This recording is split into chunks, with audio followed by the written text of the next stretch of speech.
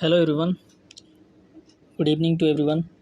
आज के इस वीडियो लेक्चर में हम पॉलिटिकल साइंस के chapter number 1 the cold war era के एमसीक्यू देखेंगे, जो कि एग्ज़ाम पॉइंट ऑफ व्यू से बहुत इंपॉर्टेंट है, खासकर सेंट्रल यूनिवर्सिटी एंट्रेंस टेस्ट जो कि CUET जो होगा उसके लिए। आइए एमसीक्यू फॉर्म में हम देखते हैं पहला क्वेश्चन क्या है। इसमें पूछा गया है कि which two ideologies were involved in conflict during the cold war era. तो इसमें जो सही उत्तर है वो ऑप्शन डी है, बिकॉज कि सोशलिज्म एंड कैपिटलिज्म दो जो आइडियोलॉजी थी वो कॉन्फ्लिक्ट में थी, जबकि ऑप्शन में कम्युनिज्म एंड कैपिटलिज्म दे रखा है, monarchism and capitalism, communalism and capitalism. तो इसका जो सही उत्तर है नन ऑफ द अबव, क्योंकि सोशलिज्म एंड कैपिटलिज्म दो आइडियोलॉजी जो है उस समय कॉन्फ्लिक्ट में थी। सेकंड क्वेश्चन पे चलते हैं और देखते हैं क्या है कि which organization came into existence in April 1949, यानी अप्रैल 1949 में कौन सा संगठन अस्तित्व में आया। तो जो इसका सही उत्तर है वो ऑप्शन सी है, नाटो। नाटो का जो फुल फॉर्म है नॉर्थ अटलांटिक ट्रीटी ऑर्गेनाइजेशन। उसके बाद जो है तीसरा क्वेश्चन है इसमें, which of the following country was not a member of NATO. तो निम्नलिखित में से कौन सा देश नाटो का सदस्य नहीं है। तो इसका जो सही उत्तर है वो ऑप्शन डी है, भारत। मैं आपको बता दूं कि अगर इसका सही उत्तर जानने के लिए आपका एक तरीका ये है कि इसको पता होना चाहिए कि नाटो के मेंबर कौन बन सकते हैं। तो नाटो की जो ओपन डोर पॉलिसी है वो आर्टिकल 10 पे काम करती है, और आर्टिकल 10 के तहत ये बोला गया है कि जो भी यूरोपियन कंट्री है, कोई भी यूरोपियन कंट्री जो है ज्वाइन कर सकती है नाटो को, केवल यूरोपियन कंट्री।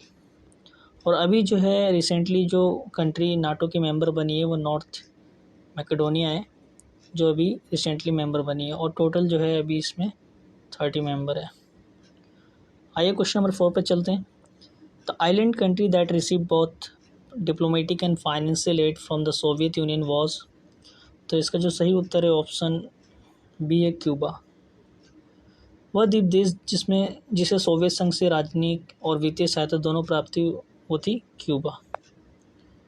पांचवा क्वेश्चन है, the event that took place in 1961 was. तो इसका जो सही उत्तर है वो ए है, कंस्ट्रक्शन ऑफ बर्लिन वॉल।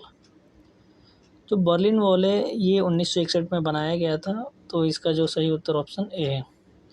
वहीं अगर बात करें सोवियत इंटरवेंशन इन अफगानिस्तान, तो ये 1979 से लेकर 89 के बीच हुआ था। अगर ऑप्शन सी में वियतनामीज इंटरवेंशन इन कंबोडिया, इसकी बात करें तो 1978 से लेकर 89 के बीच में हुआ था। एंड यूनिफिकेशन ऑफ जर्मनी जो है वो 1990 में हुआ था। नेक्स्ट क्वेश्चन की ओर चलते हैं। When USSR placed nuclear missile in Cuba, तो ये इसका सही उत्तर जो है ऑप्शन सी है, 1962 में। उसके बाद जो है आगे बढ़ते हैं। सातवां क्वेश्चन ये पूछ रहा है कि what is the full form of SEATO. तो इसका जो सही उत्तर ऑप्शन बी है, South East Asia Treaty organisation.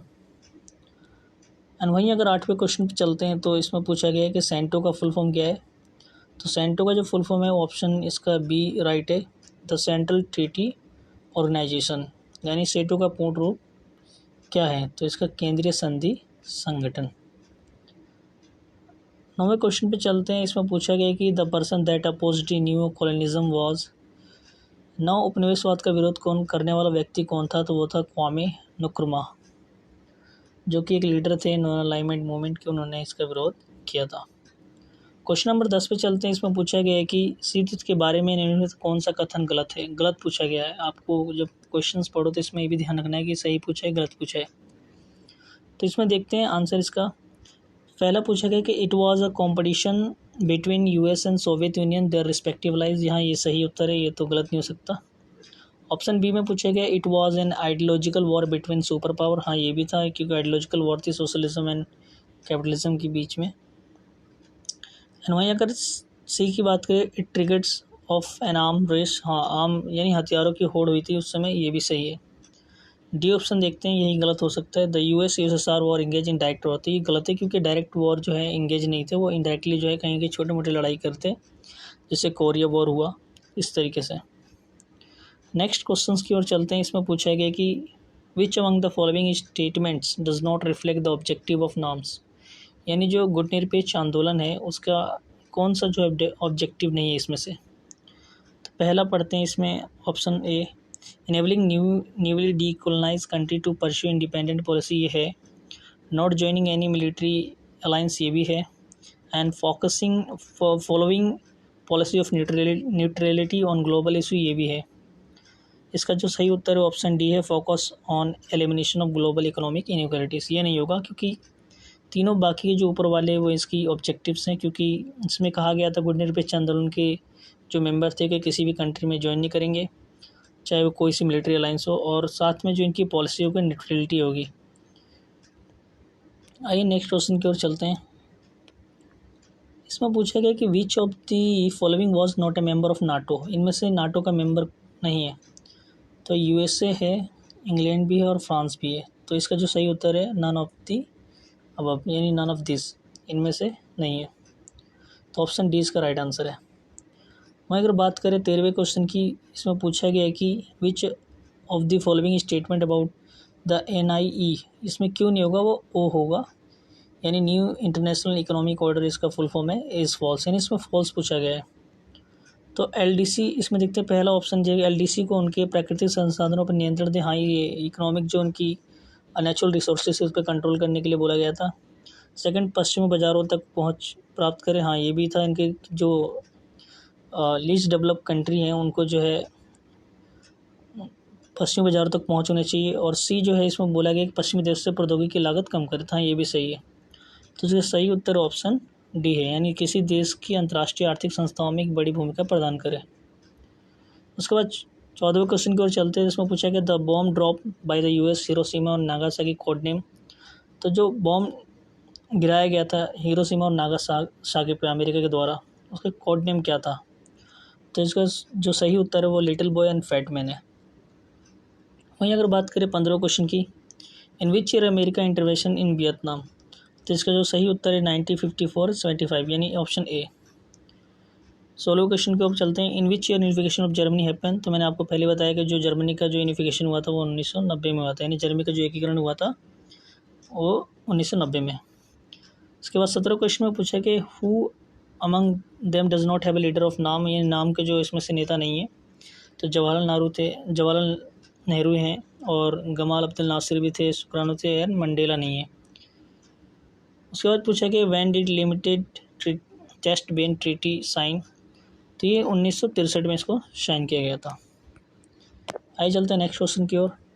इसमें पूछा गया the allied force led by, यानी किसके द्वारा ये लीड किया गया था और इसमें मेंबर कौन कौन से थे। तो इसका जो सही उत्तर है ऑप्शन ए है, the US, Soviet union, Britain and France.